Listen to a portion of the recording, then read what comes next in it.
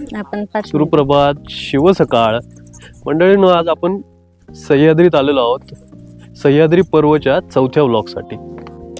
आणि guess what, आज आमच्यावर कोण आहे? आज आमची चिमुकली रुही चांबले बरोबर आलेली आहे. हॅलो हॅलो, नमस्कार. नाव सांग बाळा. ही आमची चिमुकली मागच्या वेळेसपासूनच मागे लागली की सह्याद्री पर्वमध्ये माझंही कॉन्ट्रीब्युशन पाहिजे. तर आज आरोही बरोबर आपण सर्वजण किल्ले सिंहगडाचा इतिहास जाणून घेऊ. तर मित्रांनो, याची सुरुवात सकाळी म्हणजे पहाटे 6 वाजता झाली. 6-6:30ला आम्ही सिंहगडाचा पायथा म्हणजे अतकरवाडी इथनं चालण्यास सुरुवात केली. तर सिंहगडला येण्यासाठी 2 वेगवेगळे रस्ते. समजा तुम्ही पुणे साईडने येतात तर तुम्हाला सरळ सरळ सिंहगड रोडने आलात तर डोंजे आणि नंतर अतकरवाडी.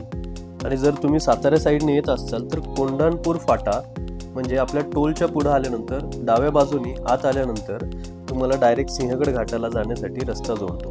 तर मित्रांनो, सकाळी 6:30ला आम्ही सिंहगडला सर करण्यास सुरुवात केली, ती अतकरवाडीवरनं. आणि थोडासा अंधार असल्यामुळे जास्त काही शूटिंग काढलेलं नाही, पण हा मार्ग दिसावा म्हणून मी काही ड्रोन फुटेज घेतलेले आहेत. एकंदरीत इलेक्ट्रिक पोलची एक लाईन तुम्हाला ड्रोन फुटेजमध्ये असेल, ती जर फॉलो केली तर आपण सरळ सरळ सिंहगडावर व्यवस्थित पोहोचतो. प्रत्येकाच्या क्षमतेनुसार हा वेळ लागतोच. आम्हाला साधारण 1 तास लागला होता. सहसा 35 मिनिटं ते 1.5 तास या रेंजमध्ये प्रत्येकाला वेळ लागतोच. शेवटच्या टप्प्यात आलो होतो, दम फार लागला होता. इथनं साधारण वर जी भिंत दिसत आहे तिथं आपल्याला जायचं आहे. ती बाजू म्हणजे सिंहगडाच्या पुणे दरवाजा समोरची बाजू, आणि तिथूनच आपण त्याच्या बाजूला असणाऱ्या पार्किंगकडे जाणार आहोत. मंडळींनो, साधारण तुम्ही मागं बघचाल, पार्किंग रूटवरनं आपण पुढे आलोय. आणि पुढे आल्यानंतर एक पाऊल वाट अशी आहे, ही नंतर डेव्हलप केलेली वाट आहे. तर साधारण पुणे दरवाजा 1 कडे जाताना त्या वाटेने आपल्याला सरळ कूच करायची आहे. तर किल्ल्याला फार मोठा ऐतिहासिक वारसा आहे. किल्ल्याला रक्तरंजित युद्धाच्या कहाण्या आहेत. साधारण पुणे म्हणजे पूर्ण पुण्यावर दूरदृष्टी ठेवण्यासाठी किंवा पुण्यावर कंट्रोल करण्यासाठी या किल्ल्याचा वापर केला जायचा. तर या किल्ल्यावर ज्यांचा होल्ड होता, अधिकार आहे, ते पुणे आणि पुण्याच्या बाजूला जे वेल्हे आहे, राजगड आहे, तोरणा आहे, किंवा तोरण्याच्या पुढे लिंगाणा आहे, किंवा इथनं तुम्ही जर पाहिलं तर पुरंदर, त्या सर्वांवर एक नजर ठेवण्यासाठी हा सेंटर पॉइंट होता. सो ज्यांचा कंट्रोल सिंहगडावर आहे त्यांचा कंट्रोल हा पूर्ण वेल्हे, पुणे आणि आजूबाजूचा परिसर याच्यावर असणार होता. त्यामुळं असंही किल्ल्याला फार जर राजकीय दृष्ट्या किंवा पॉवर च्या दृष्ट्या पाहिलं तर फार महत्व होतं. आणि याच्याच साठी 4 वेळा किल्ला गेला स्वराज्यातनं, आणि स्वराज्यात परत आणलाही गेला. तर याच रक्तरंजित जे काही युद्ध झालेले आहेत त्याच्याबद्दल आज डिटेलमध्ये माहिती आपण घेणार आहोत. तर चला तर मग पुढे निघूत.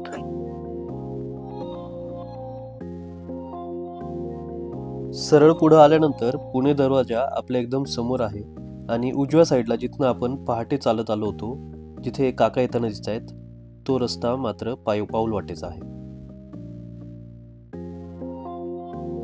पुणे दरवाजा 1 मध्ये ज्यावेळेस आपण एंट्री करतो म्हणजे आत येतो, इतिहासाची थोडीशी माहिती दिलेली दिसेल. इथे 3 महत्वाच्या घटनांचा उल्लेख दिसतो. तो आहे 1670 साली सुभेदार तानाजी मालुसरे यांची झालेल्या युद्धाचा, 1693 साली स्वातंत्र्य युद्ध नावाजी बलकवडे यांचं युद्ध, आणि छत्रपती राजाराम महाराजांनी 1700 साली ठेवलेला देह.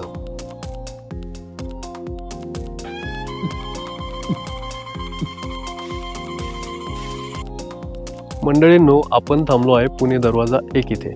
पुणे दरवाजा 1 इथनं आता आपण घेतलेलं आहे सूर्योदयाचं दर्शन. फार सुंदर सूर्योदय पाहायला भेटलेला आहे. साधारण तुम्ही अंदाज घेऊ शकता किती भारी वाटत असेल.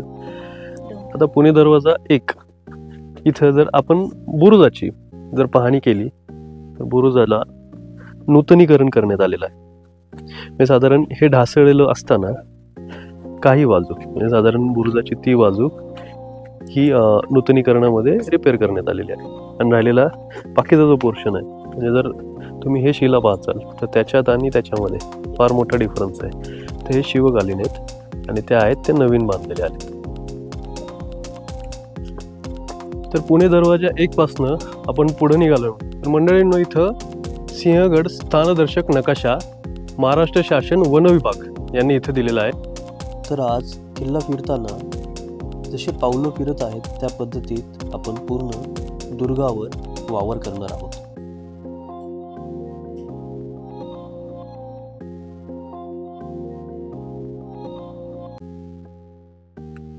तर आहे पुणे दरवाजा 2. पुणे दरवाजा 2च्या समोर त्या साईडने आपण पुढे जाऊन येऊ.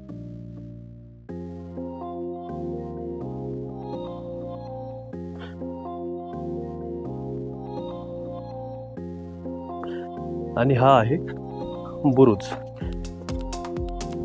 तुम्ही तटबंदीच्या बाजूला जे स्ट्रक्चर पाहता या आकाराचं त्याला म्हणतात बुरुज. मंडळींनो, आपण इथनं आलो आणि इथनं थोडंसं पुढे जर आलात तर ही वास्तू सहसा लक्ष जात नाही कोणाचं, पण इथं टाक आहे. पुणे दरवाजा 2च्या एकदम समोर फार वाईट अवस्थेत दिसते. पण आरोही, आपण किती पुणे दरवाजे पाहिले आतापर्यंत? आतापर्यंत आपण 2 पुणे दरवाजे पाहिले. 2 पाहिले. आणि हा कितवा दरवाजा आहे? 3रा. बर, याचे कारण तुला माहिती आहेत का? का बरं नाही. 3 पुणे दरवाजे आहेत? मला माहित नाही कारण ह्याचे. बर, तर सहसा काय व्हायचं आरोही, ज्यावेळेस युद्ध परिस्थिती असायची तर 3 ठिकाणी हे बांध लागले जायचे. म्हणजे कोणी युद्धाला जर आलं तर पहिल्या गेटला अडवलं जायचं, मग दुसऱ्या, मग तिसऱ्या. म्हणजे फार सोपं नव्हतं कुठलाही किल्ला भेद करण्यासाठी. तर मंडळींनो, पुणे दरवाजा 3 आपण 2 दरवाजे पाहिले. पुणे दरवाजा 3च्या समोर आपण थांबलेलो आहोत. तर तुम्ही खास करून जर पुणे दरवाजा 1 आणि 2 आणि 3 मधला जर फरक पाहिला तर तुम्हाला इथं नक्षीदार काम दिसून येतं. तर शिवकालीन काळामध्ये रचना ही नक्षीकार नव्हती, बळकट बनवण्यात आली होती. यादवनकालीन जे काही बुरुज बांधण्यात आलेले किंवा जे काही दरवाजे बांधण्यात आले तर तिथे हे स्ट्रक्चर अशा पद्धतीचं दिसून येतं. याचा अजून एक म्हणजे आपण हा अंदाज करतोय, पुढे जर आपण ज्यावेळेस येतो तर इथं फार मोठं, आपण गावाकडे ढेलच म्हणतो, तर त्या पद्धतीचे स्ट्रक्चर आहे. म्हणजे साधारण जे कोणी पेरेदार असतील तर त्यांना थांबण्यासाठी इथं अशी जागा करण्यात आलेली आहे. तर पुणे दरवाजा 3 इथनं आपण आता पुढे निघालोय साधारण त्या साईड. पप्पा, हे तोफखाना काय आहे? तोफखाना ना, चला मी तुला माहिती सांगतो. तर बाळा, पूर्वी कधी आक्रमण जर झाले, कुठल्याही शत्रूने जर किल्ल्यावर आक्रमण केले तर त्यांच्या विरुद्ध आपण लढणार कसं? तर जो काही आपला दारुगोळाचा साठा होता, दारुगोळा म्हणजे तोफ. आता तोफ मी तुला दाखवतो पुढे गेल्यानंतर. तर त्या तोफेमध्ये छोटे छोटे गोळे असायचे, जे ज्याला मागच्या साईडनी म्हणजे साधारण एक वात असायची, त्याला जर आग लावली तर तो गोळा असा पुढे ढकलला जायचा आणि तो फुटायचा कोणावर? शत्रूवर. तर मग त्याचं इथं भांडार केलेले. भांडार म्हणजे काय? तर त्या सगळ्या गोष्टी इथं साठवून ठेवलेल्या आहेत. कधीही जर पुणे साईडनी अटॅक झाला किंवा कुठल्याही शत्रूने आपल्यावर जर आक्रमण केलं तर इथला जो कुठला बारूद आपण साठवलेला आहे, दारुगोळा आहे, तर त्यांनी आपल्याला इथं डिफेंड करायला यावं. डिफेंड म्हणजे काय? तर त्यांचा जे काय आक्रमण आहे ते थांबतो यावं. आलं थोडंसं लक्षात? खुश आहे का मग? ये. तर इथं त्याची साठवण व्हायची. तर इथं तोफखाना होता, इथं तोफही असायची, इथं दारुगोळा साठवला जायचा. इथलं स्ट्रक्चरही तू पाहशील तर फार अजूनही शाबूत आहेत. शिवकालीन बांधकाम अजूनही त्या पद्धतीत शाबूत आहे. ये बाळ थोडं. बरं आरोही, आता आपण काय शिकलो? तर आपल्यावर कुठल्याही शत्रूने आक्रमण केलं तर आपण इथनं जो काही तोफखाना आहे, तोफखान्यामधनं आपण दारुगोळा घेणार. आणि इथं जर पाहशील तू तर हा एवढ्या जवळ का बांधलाय दरवाजाच्या? तर पुणे दरवाजे 1, 2, 3 इथं आहेत, पुढं आपण पाहून आलो. आणि इथं जर पाहशील तर इथनं पूर्ण जे समोरचा येणारा रस्ता आहे तो दिसतो. म्हणजे तू इथनं अटॅक करू शकते. जर कुठलाही शत्रू आला तर ही सगळ्यात मोक्याची जागा आहे जिथनं तू त्यांच्या अटॅकला प्रत्युत्तर देऊ शकते. आलं लक्षात? तर त्या काळात महाराजांनी एवढा विचार केला होता चांगला की ज्यावेळेस कुठलीही वास्तू बांधली तर त्याचा तेवढाच इफेक्टिव्हली उपयोग झाला पाहिजे. येस.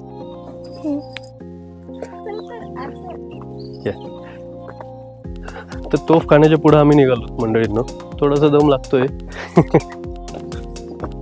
डॅडू, घोड्यांची पागा म्हणजे काय?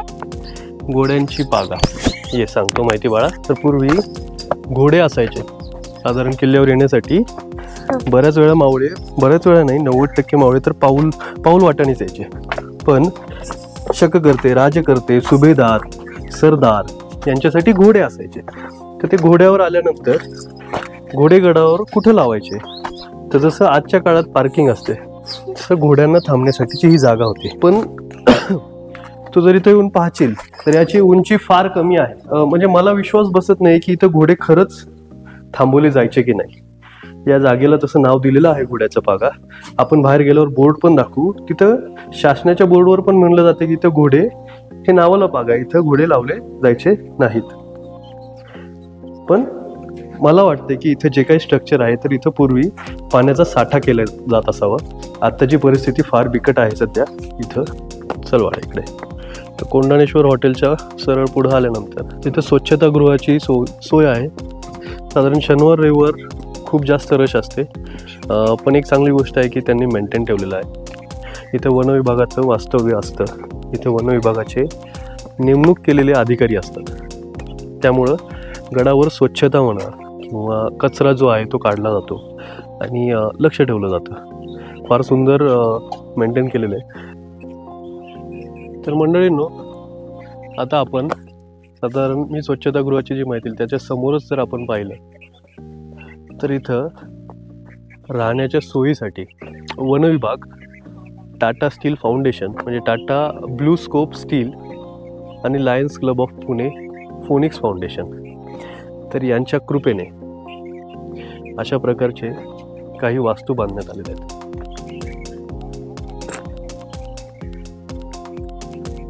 तर अजूनही त्या बंदच दिसतात आहेत. साधारण याचा वापर राहण्यासाठी करणार आहेत असं माझा अंदाज दिसतोय. अजूनही त्या चालू केलेल्या नाही आहेत. पण मंडळी, ही फार मोठी व्यथा आहे म्हणता येणार की खरंच गडाला दुर्गम ठेवलं पाहिजे की त्याचं पर्यटन स्थळ बनवलं पाहिजे, हा गहन प्रश्न आहे. आणि या प्रश्नाचं उत्तर हे भविष्य काळात मिळेल. कारण या सर्व गोष्टींमुळे गडाचं पावित्र्य राखलं जाईल की नाही हा मोठा प्रश्न आहे. आणि याचं उत्तर हा वेळ काळच देऊन जाईल. थोडासा विचार केला पाहिजे या गोष्टी. मंडळींनो, या प्रकारचे प्रोजेक्ट दिसतात आहेत. तिथनंच आपण पुढे जाणार आहोत. तानाजी मालुसरेंच्या, जे नरवीर सुभेदार तानाजी मालुसरे यांच्या समाधीकडे आपण सगळ्यात शेवट येणार आहोत. कारण पूर्ण किल्ला फिरताना, पूर्ण दुर्ग फिरताना जे काही युद्ध झाले होते, युद्धाच्या जागा आहेत, त्या सगळ्या पाहिल्यानंतर मग समाधीकडे आपण येऊ. म्हणजे काय होईल की तो एक सिक्वेन्स बसेल आणि पूर्ण जो काही इतिहास आहे तो तुम्हालाही ऐकण्यात येईल. आणि त्यानंतर समाधीकडे आल्यानंतर तुम्हाला त्या गोष्टीचा अंदाज येईल की काय पद्धतीत ही लढाई झाली असेल आणि कुठं धरातीर्थी पडले होते. तर आपण कल्याण गावाच्या साईडने, साधारण या साईडला कल्याण गाव आहे आणि त्यामुळंच जसं पुणे साईडला पुणे दरवाजा आहे तसं कल्याण साईडला कल्याण दरवाजा आहे. तर याची तिथे गेल्यानंतर माहिती तर देईनच. याच साईडने आपण पुढे जाणार आहोत. साधारण आपण या साईडने आलेलो आहे आणि इथं आल्यानंतर देवटाकं तुम्हाला दिसेल. देवटाकं गडावर 24 तास पाणी, 12 महिने पाणी.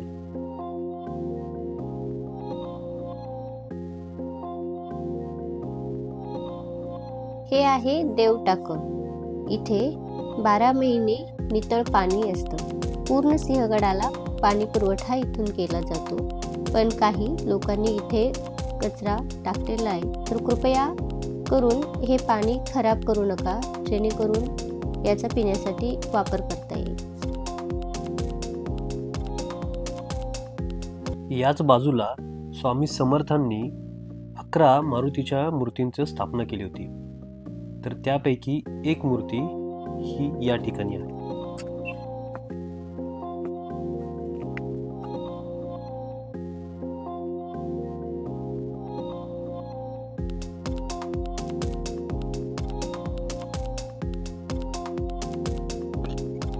कल्याण दरवाजा 2 म्हणजे दुसरं बुरुज पाहू ना आपण.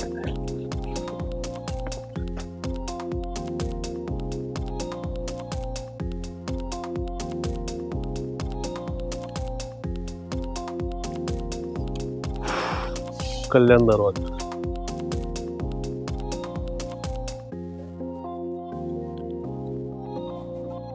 तर मंडळींनो, साधारण ज्या रात्री युद्ध झालं होतं तर शेलार मामा आणि 200 मावळे हे साधारण या परिसरात, इथं पूर्ण जंगल रांग होती आणि इथं दडून बसलेले होते. तर तानाजी कड्यावरनं ज्यावेळेस युद्ध प्रारंभ झालं, या बाजूनी कल्याण दरवाजा हे दोन्ही बुरुज किंवा हा दरवाजा बंद असल्यामुळे आणि या साईडला या बाजूला जे कोणी पहारेकरी होते तर हा भेदता आला नव्हता. ज्यावेळेस तानाजी मालुसरे धरातीर्थी पडले, तानाजी मालुसरे धरातीर्थी पडल्यानंतर सूर्याजी मालुसरे यांनी म्हणजे मावळ्यांमध्ये आक्रोशही होता आणि साधारण तुम्ही ऑब्झर्व केलं असेल की ज्यावेळेस आपला कर्णधार, ज्यावेळेस आपले मोरके, आपला सुभेदार धरातीर्थी पडतो त्यावेळेस मनोबल याचं खच्चीकरण होतं आणि आपले मावळे 40-50% म्हणजे अर्धा किल्ला जिंकूनही धरातीर्थी पडलेल्या तानाजी मालुसरेंना पाहून परतीच्या मार्गाला लागले होते. सूर्याजी मालुसरेंनी दोर कापला. त्यानंतर सूर्याजी मालुसरे कल्याण दरवाजाला, कल्याण दरवाजा ज्यावेळेस त्यांनी उघडला त्यावेळेस साधारण या परिसरात जे आपले 200 मावळे होते आणि शेलार मामा होते त्यांनी प्रवेश केला. आणि पुढचा इतिहास वर गेल्यानंतर सांगतो साधारण ज्यावेळेस शेलार मामा वर आले त्यानंतर काय झाले.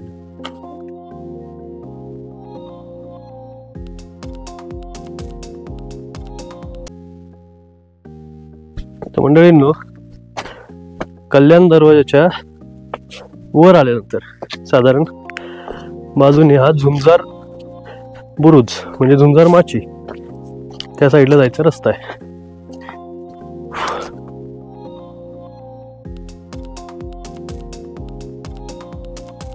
झुंजार बुरुजाकडे जाताना एक टाकं इथं दिसून येतं.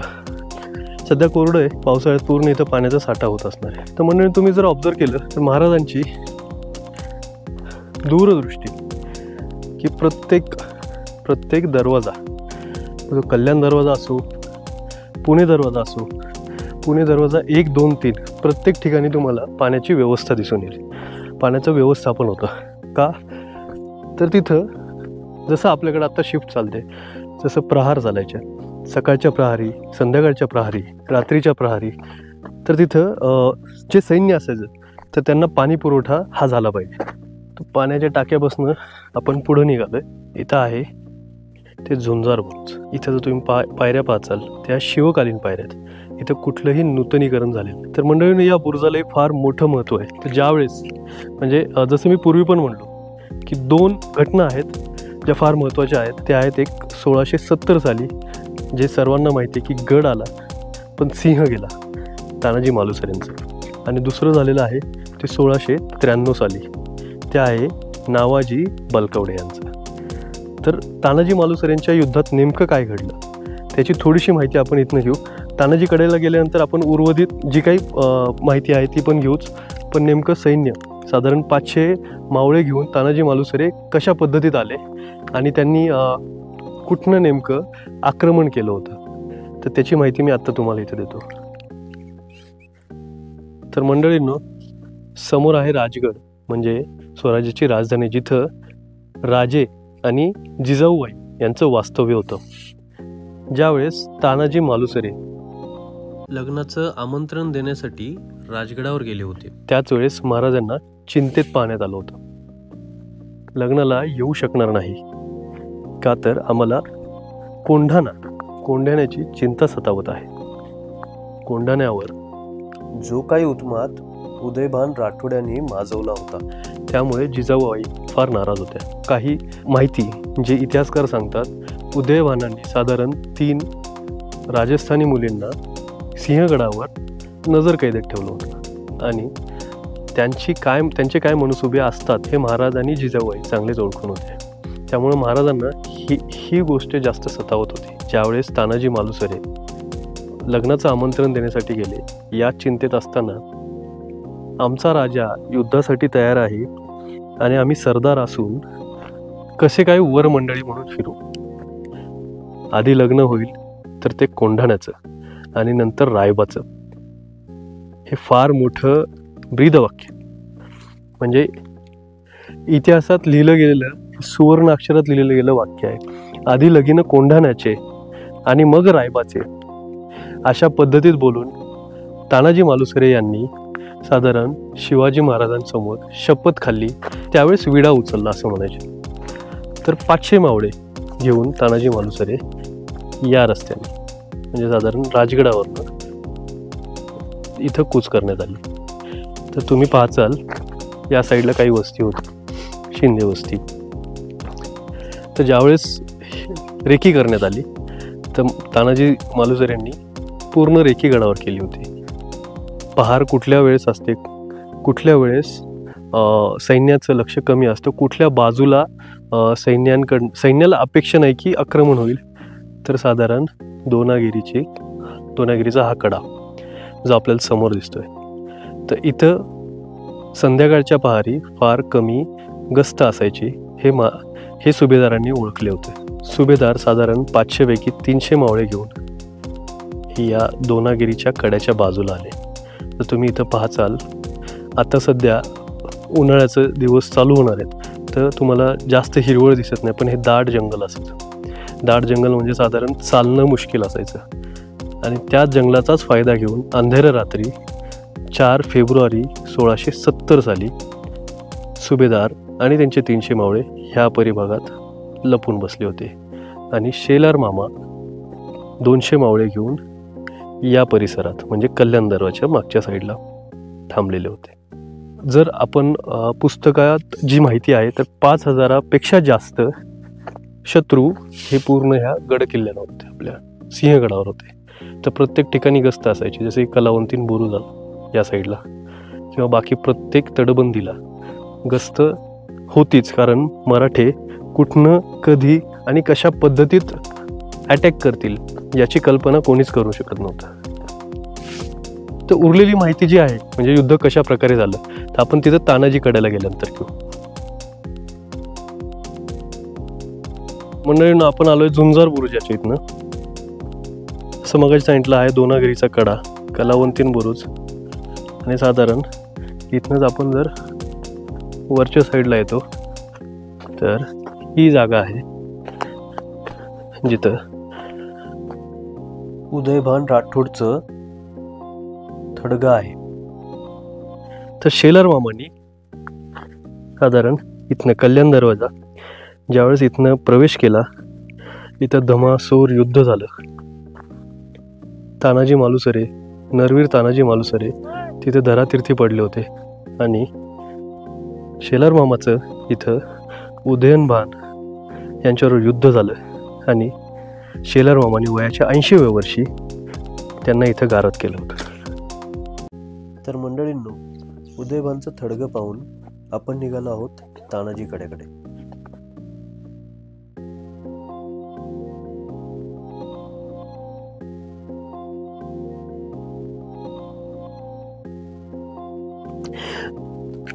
तर मंडळींनो, आपण साधारण झुंजार झुंजार बुरुज या साईडला इथनं आपण आलेलो आहेत तानाजी कड्याकडे जाताना. तर पुढची माहिती थोडीशी संजीवनी सांगेल.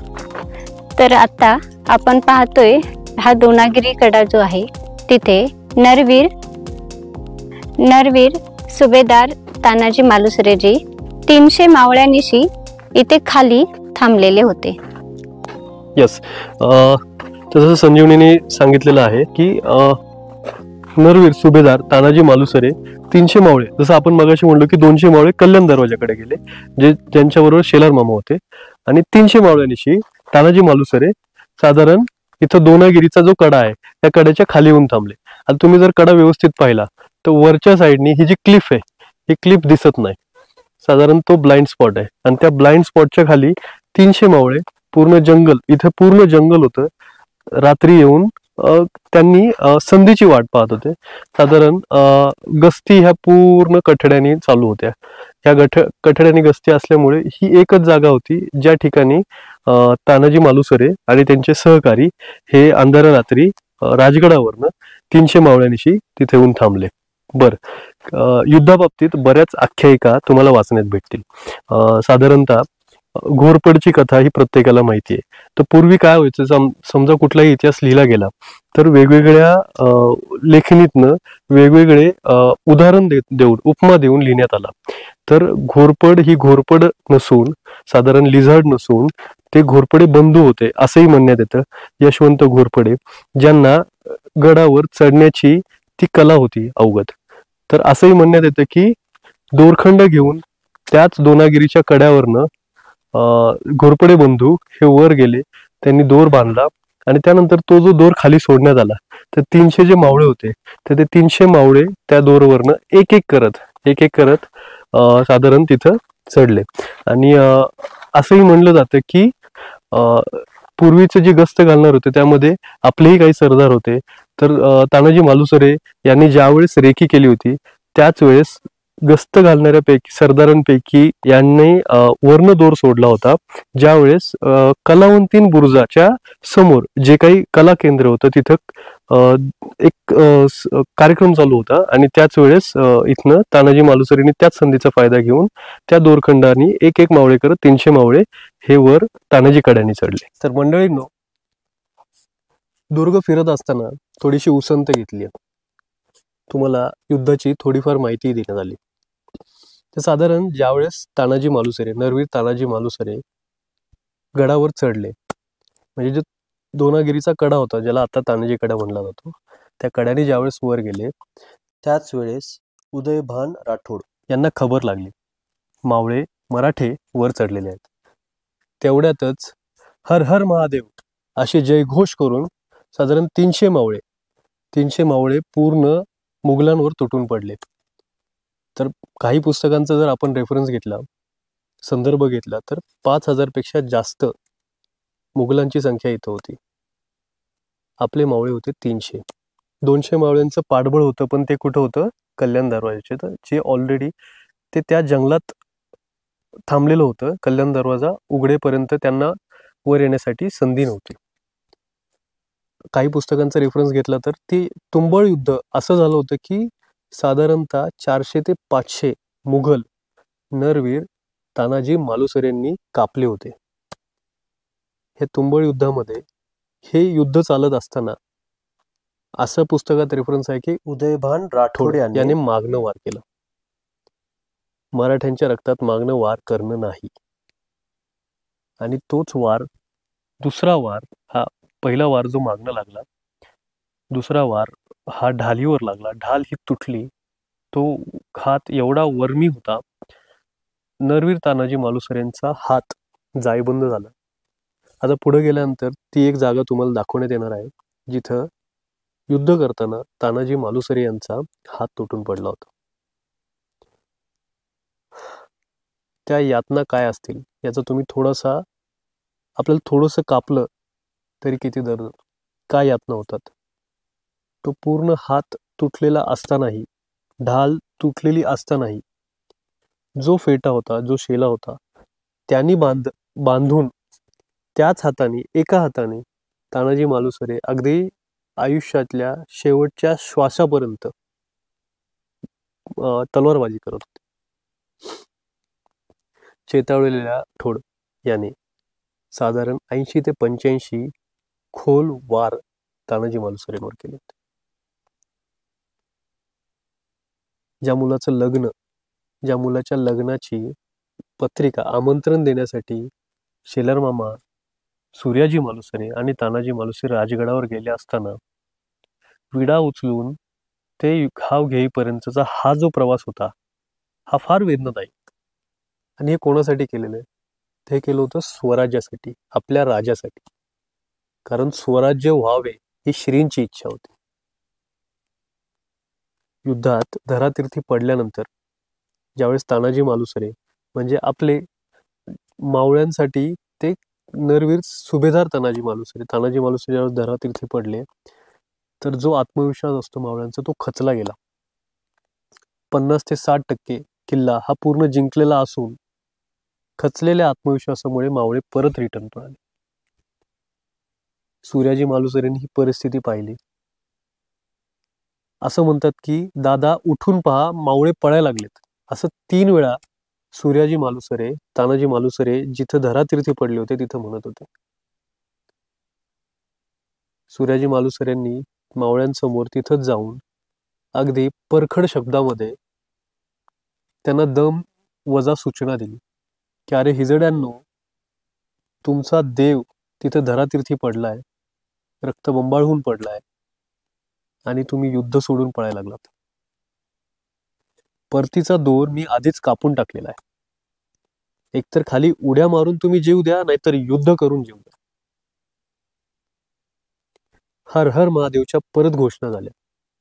पुन्हा जोश मावळ्यांमध्ये सामावला आणि युद्धासाठी पुन्हा मावळे मुघलांवर तुटून पडले. बरं, या दरम्यानच्या काळात सूर्याजी मालुसरे यांनी जो आपला कल्याण दरवाजा आहे त्या ठिकाणी जाऊन तिथं ते दार उघडल्यानंतर शेलार मामा आणि 200 मावळे हे कल्याण दरवाजाने वर आले.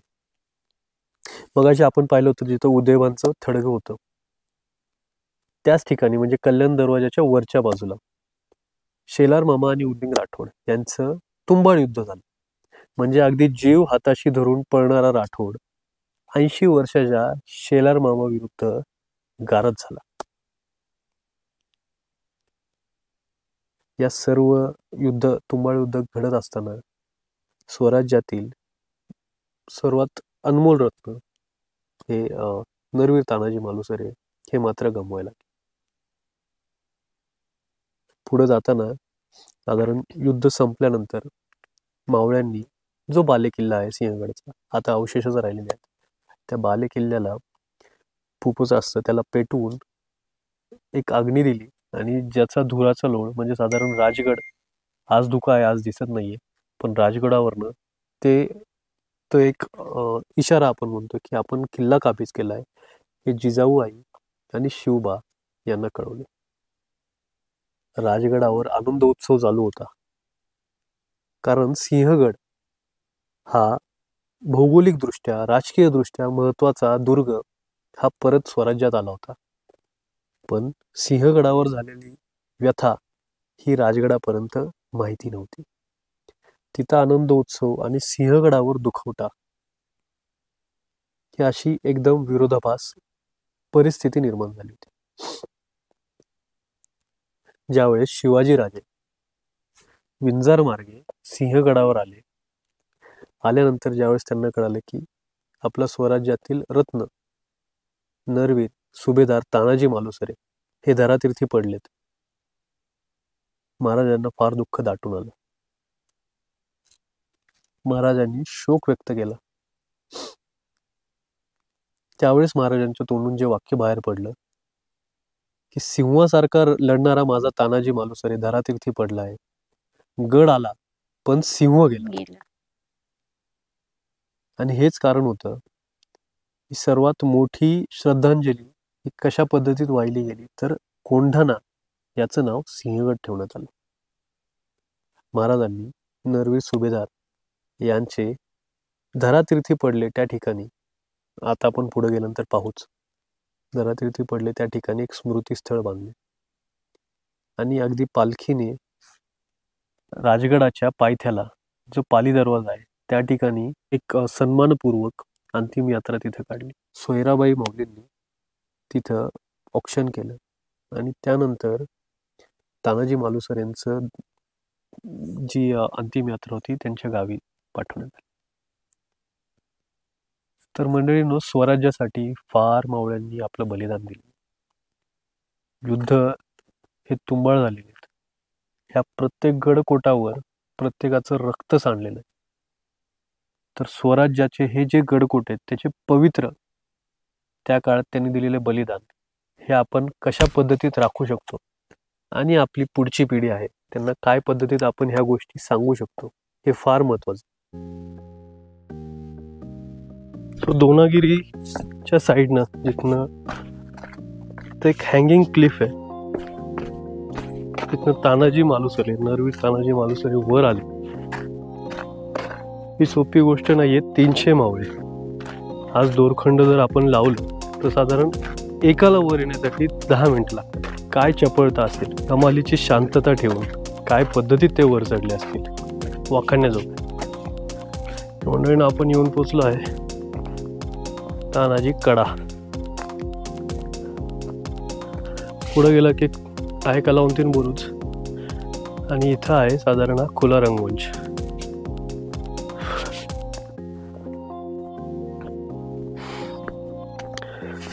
तर हा परिसर आहे, याला म्हणतात तानाजी कडा. तर मंडळींनो,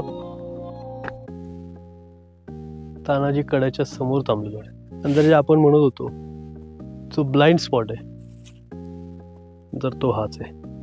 कारण इथनं जर तुम्ही पाहाचाल, या कड्याला जरी कोणी थांबलं तर याच्या पुढं हा जो हँगिंग क्लिफ आहे इथं, याच्या खाली काय होतंय हे कळण्याच्या पलीकडे होतं. ते आहे झुंजार बुरुज.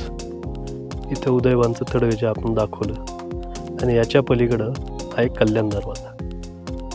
साधारण जसं सांगितलं की राजगडवरनं 200 मावळे कल्याण दरवाजा आणि 300 मावळे हे तानाजी कड्याचे इथं, म्हणजे द्रोणगिरीच्या कड्याला.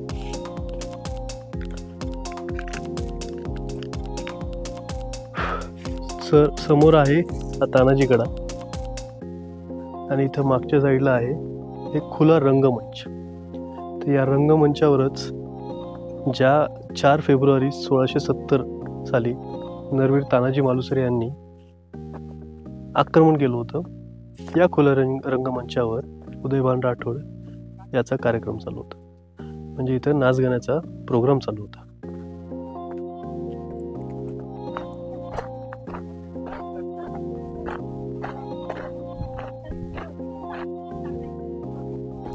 तर हेच आहे कलावंतीन बुरुज.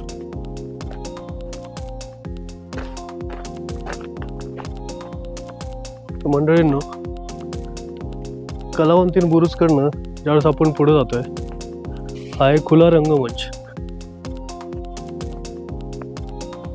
आपण जाणार आहोत आता साधारण जिथं तानाजी मालुसरे यांचा हात तुटलेला आहे त्या ठिकाणी, तो साधारण त्या साईडला आहे. आणि ते एरिया पाहिलं की त्याच्या पुढं आहे तानाजी मालुसरे यांची समाधी. मंडळींनो, तिथं होतं MTDC. तिथनं आपण पुढं आल्यावर डाव्या साईडला आल्यानंतर हा रस्ता, टॉवरच्या बाजूला ही जागा आहे, ही पवित्र जागा आहे जिथं नरवीर तानाजी मालुसरे यांनी हात गमावला होता.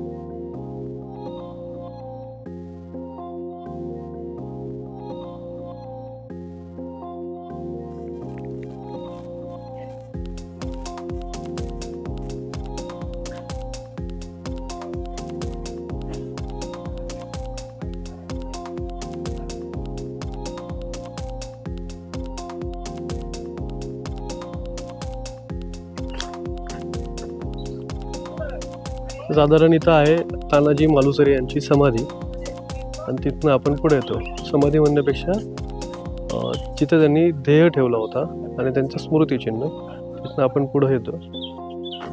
पुढं आल्यानंतर बाळा इकडं जायचं उजवीकडे. इथं आहे ते कोंढाणेश्वर, सॉरी अमृतेश्वर मंदिर. कोंढाणेश्वर मागच्या साईड.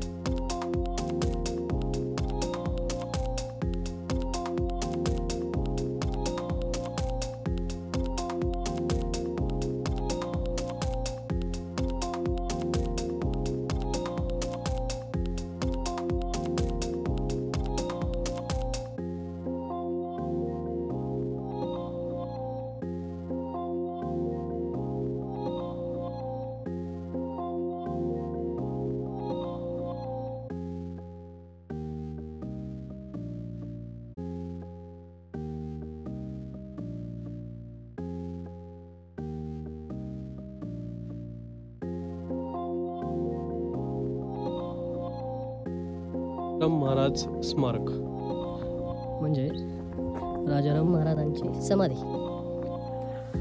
तर मित्रांनो, आपण इथनं आलेलो आहे राजाराम महाराजांच्या समाधीकडे. बऱ्याच लोकांची अशी कन्सेप्ट आहे, म्हणजे अशी भावना आहे की ही राजाराम महाराजांची समाधी आहे. थोडंसं करेक्शन करायचं आहे. वन विभागांचे काही कर्मचारी भेटले, त्यांची 7वी पिढी इथं सर्व्हिसमध्ये. त्यांच्या माहितीस्तव हे मंदिर आहे आणि समाधी जी आहे ती ही समाधी आहे.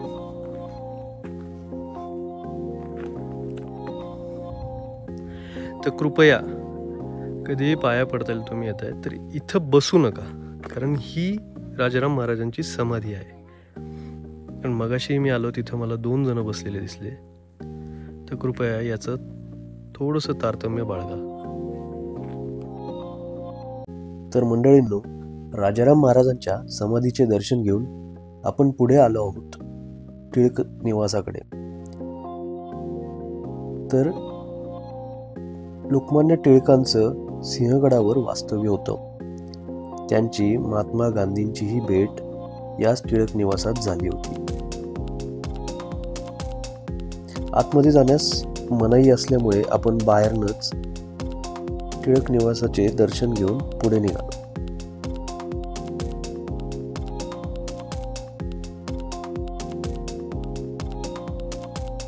टिळक निवासाच्या पुढे आल्यानंतर डाव्या बाजूला बहुचर्चित सिंहगडवरची तोफ आहे, त्या ठिकाणी आपण पुढे निघालो. तर मंडळींनो, तानाजी द अनसंग वॉरियर मध्ये जी तोफ दाखवण्यात आली आहे, नागिन तोफ, तर ही तोफ 3 असून तो खरा इतिहासही आहे का नाही याबद्दल मला शंका आहे. ही तोफ इंग्रजकालीन असून सिंहगड परिसरामध्ये ही इतिहास संशोधकांना सापडली होती. त्यातच पुढे चालून सिंहगडावर येऊन प्रस्थापन केलेलं आहे. इतिहासाची पूर्ण घोडदौड झाल्यानंतर गडावर असलेल्या बाकी सफरीची मजा रुही घेत होती. तर थोडीशी घोडी सफारी घेतली. सिंहगडावर खाण्यासाठी पिठलं भाकरी, कांदे भजे आणि मटकीतलं दही फार रुचकर मिळते. तसेच लहानपणी म्हणजे साधारण 90च्या दशकात आपण जे बोरकुट असेल किंवा बाकीच्या ज्या वेगवेगळ्या गोळ्या होत्या तर ते इथं भेटतात.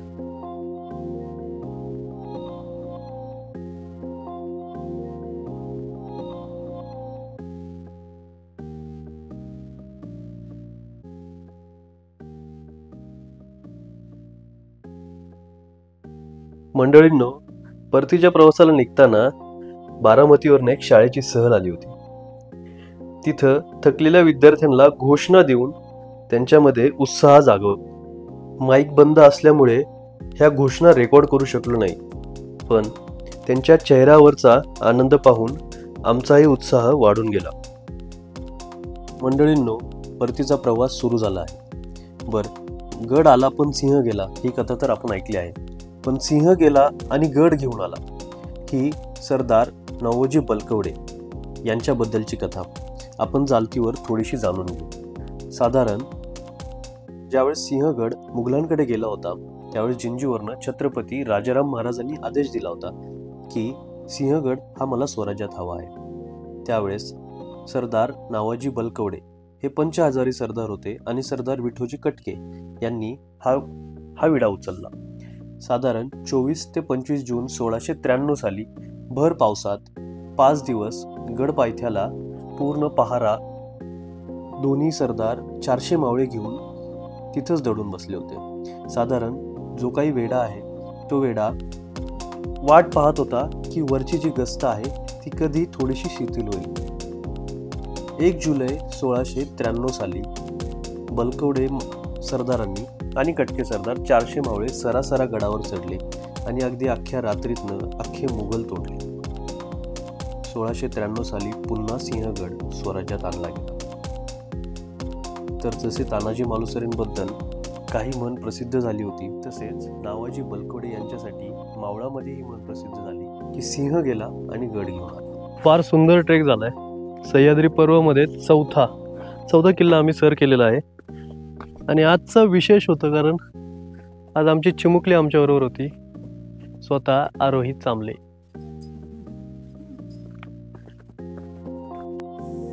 तर मंडळींनो, आपण आलो आहे शेवटच्या टप्प्याला. सह्याद्री पर्वतच्या 4थ्या किल्ल्यामध्ये आपण सिंहगड पाहिला. तुम्हालाही आमच्यासोबत सफर करायला आवडत असेल. जर तुम्हाला सफर करायला आवडली असेल तर या चॅनल संजूराम ब्लॉग याला नक्कीच लाईक करा, शेअर करा आणि होत असेल तर सबस्क्राईब पण करा. थँक्यू. थँक्यू.